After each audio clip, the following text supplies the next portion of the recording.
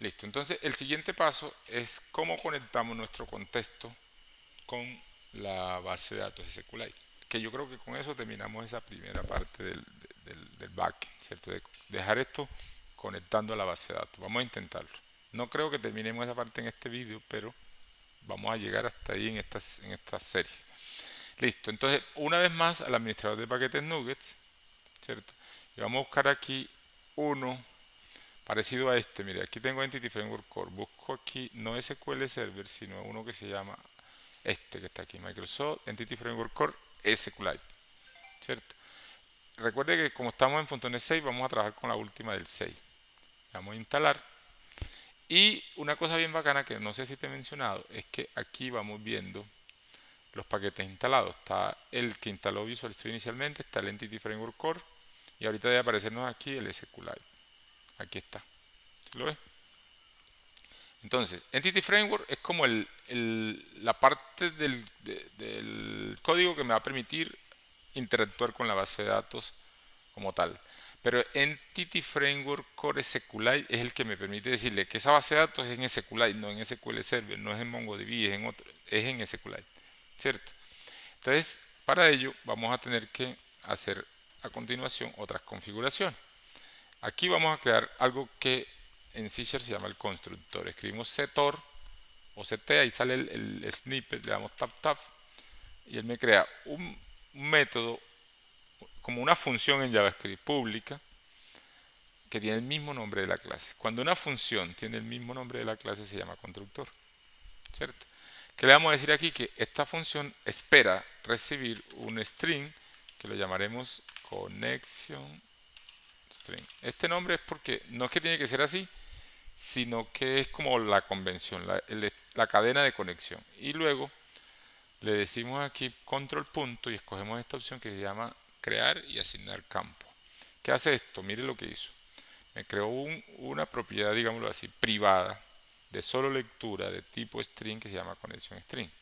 Y aquí dentro del constructor le digo a esta propiedad, conexión string, asignele el valor que reciban al parámetro. A mí no me gusta mucho esta sintaxis como la crea Visual Studio. Yo le pongo normalmente un underline ahí y reemplazo el this aquí.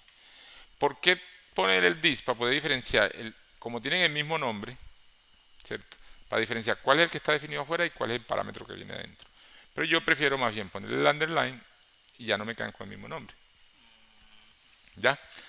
¿Qué es lo que logramos con eso? Que cuando se construya la clase, él le va a pasar la cadena de conexión. ¿Qué es la cadena de conexión? En el caso de SQLite no es más que la ruta donde está guardado el archivo SQLite. La ruta de la carpeta donde está el archivo de la base de datos. Y él la recibe aquí y la tiene aquí disponible para hacer otras tareitas con ellas, que ya vamos a ver cómo es la otra tareita. Entonces aquí viene un método. Ah, bueno, aquí hay algo importante. Como estamos heredando de aquí, significa que esta clase como de ToDoContext realmente tiene todos los métodos y las propiedades de esta, ¿cierto? Entonces, en ese caso, pelado, podemos usar la palabra clave override, que significa sobreescribir. Es decir, búsqueme los métodos de la clase padre, en este caso, o la clase base, DivContext, los que sean sobreescribibles, todos estos. Y yo voy a buscar uno que se llama onConfiguring. Exactamente, aquí está. Tiene dos sobrecargas. Ah, no, onConfiguring tiene uno solo, onConfiguring. ¿Qué hace el método onConfiguring? Me permite crear la configuración de conexión a la base de datos. ¿Cómo lo creamos? Mire, él recibe el contexto en este parámetro que se llama Option Builder, ¿cierto? Y por defecto, ¿qué hace? Dice, use eso y pásaselo a la clase base. Pero yo le digo que no lo vamos a pasar a la clase base, que yo quiero darle mi propia configuración. Entonces tomamos el Option Builder, le decimos que use SQLite. Si no hubiese instalado el paquete este use SQLite no aparecería en la lista. ¿Ya? Y aquí eso espera el connection string, la cadena de conexión. ¿Cierto? Aparte de eso, espera unas acciones. Entonces, fíjese, el option builder es el parámetro. El use SQLite es como, bueno, vas a usar este tipo de base de datos. Si fuera SQL Server, diría use SQL Server, use no sé qué, use MySQL, use. Le paso la cadena de conexión y le paso a continuación las opciones. SQLite option action. Dos puntos, le llamo option. Esto puede ser simplemente X, opciones o config, porque esto realmente es el nombre del parámetro. Y abrimos y cerramos llave. Y aquí vamos a poner punto y coma. Y aquí dentro le vamos a pasar un metodito que luego lo vamos a entender mejor. Yo lo tengo por aquí, lo voy a copiar y pegar, pero la idea es que esto va a ser más o menos lo siguiente. A ver, a ver qué me falló aquí. Ah, no, porque yo le puse aquí config y aquí es config, claro, como lo copié a otro lado. Aquí está. ¿Sí? Entonces, fíjese, lo que le estoy diciendo realmente que vamos a intentar entenderlo es, cuando vaya a construir esto en el to-do, vas a ejecutar el método onConfiguring, pero lo vas a hacer contra SQLite, ¿cierto? La base de datos donde está en esta ruta que te pasemos allá en el constructor. Y las opciones de configuración dicen que debes migrar, hacer la migración. La migración la vamos a entender un poquito más después. ¿Dónde está el asunto? En que esto es de todo contest. El ejemplo que yo tenía se llamaba AppDbContest, ¿cierto? Y aquí está el proceso que básicamente lo que hace es que busca en qué archivo está esta clase ToDoContest. Obtiene la ruta para poder hacer, digamos, la migración de eso. Esto realmente no hay que, digamos, memorizarlo tanto. Y yo no recomiendo porque eso varía mucho de un tipo de base de datos a otro y todo. Y normalmente pues uno lo encuentra muy bien documentado en internet. Esta parte básicamente es copia y pegar. Lo estoy explicando para que se entienda un poco cómo funciona, ¿cierto? Listo. Luego tenemos los DBset y luego hay que hacer algo más que se llaman las configuraciones. Que ya con eso terminamos lo del contexto y nos queda listo para escribir en la base de datos. Espera, ir a ver. Entonces, vamos aquí a la carpeta data y vamos a crear un archivo. Por ahora uno solo, una clase que se va a llamar, esta clase se va a llamar tareas config. No tiene que llamarse así, pero le voy a explicar por qué la llamamos así. Tareas en plural, porque vamos a configurar la entidad tarea. Y config porque es configuración. Listo. Hemos creado otra clasecita. Entonces, esta clase pues, se crea así pública vacía, pero yo le digo que esto va a heredar de una interfaz que se llama Entity Type Configuration, ¿cierto? Y entre menor que y mayor que le paso el nombre de la entidad, tarea. Así. Chilla.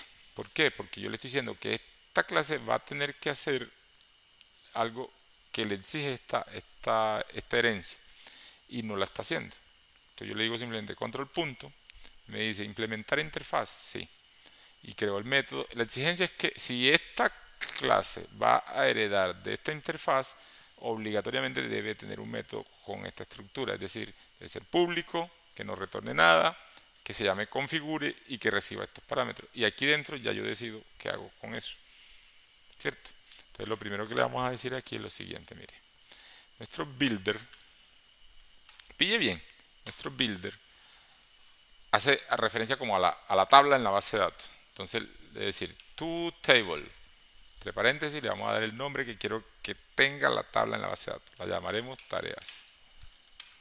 Que casualmente, pues es el mismo, ¿cierto? Pero yo lo puedo llamar aquí, digamos, todos.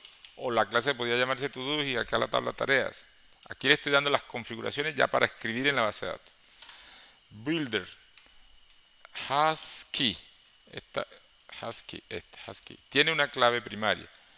¿La clave cuál es? X mayor X lambda. Aquí en JavaScript esta flechita se llama función flecha. En C# se suele llamar lambda, ¿cierto? Y la clave primaria es el ID. También le puedo decir builder.property, la propiedad llamada ID. Oiga bien, ¿cómo es que se llama aquí en esta versión? Value generated on add. Valor generado al agregar. ¿Qué significa? Que es un número autoincrementable. ¿Sí? Listo. Por ejemplo, le podría decir builder.property x. Digamos título is required. es requerido, o sea que no lo puedo mandar vacío. Podría darle muchas más configuraciones, pero las mínimas recomendables son: ¿cuál es la tabla? ¿Cierto? ¿Cuál es la clave primaria? Y si la clave primaria es autoincrementable, hay que ponerle eso. Y luego vienen más, pero vamos a esas tres por ahora. Hay muchísimas configuraciones que podríamos hacer, y por aquí es por donde se configuran también las relaciones de una tabla a otra. Recuerden que hasta ahora tenemos una sola. ¿Listo? Muy bien. Hasta ahí pelado. Hemos hecho eso. Pero entonces, ¿qué llevamos acá en nuestros divicontes? Tenemos el constructor con la inyección de la cadena de conexión, ¿cierto? La sobreescritura del método onConfiguring para decirle que use la base de datos SQLite, el divset, y nos falta una última cosa para que nos quede esto melo, que sería el sobreescribir otro método que se llama override, y hay uno que se llama onModelCreating, Mire que es básicamente como sobre darle tap tap y él me escribe esto. Y obviamente lo que hace es mandarlo a la clase base, pero una vez más yo le voy a decir: no señor, model builder. Vamos a decir aquí apply configuration. Aplique una configuración. ¿Cuál? Yo la tengo en una clase que llamamos tareas config. Recuerda, le digo new tareas config. Así, de esa forma. ¿Qué le estoy diciendo con todo esto, mi hermanito? Cuando usted vaya a crear la base de datos, asegúrese de que tenga en cuenta lo que le definí acá. ¿Ya? Si tuviese más tablas, digamos una de usuarios, tendría otro divset y tendría una configuración para ese otro de usuarios, y así sucesivamente. De pronto hasta lo creamos más adelante, ¿cierto? Para poder hacer tareas para distintos usuarios y todo el asunto. No sería ni mala idea, pero vamos a empezar por lo básico. Listo, entonces, ¿qué tenemos hasta ahí, señor Don Roque? Tenemos el contexto de la base de datos. Nos falta un último paso, pero lo vamos a dejar para el próximo video, para que ahora sí podamos ejecutar esa vaina y poder escribir datos allá en la base de datos.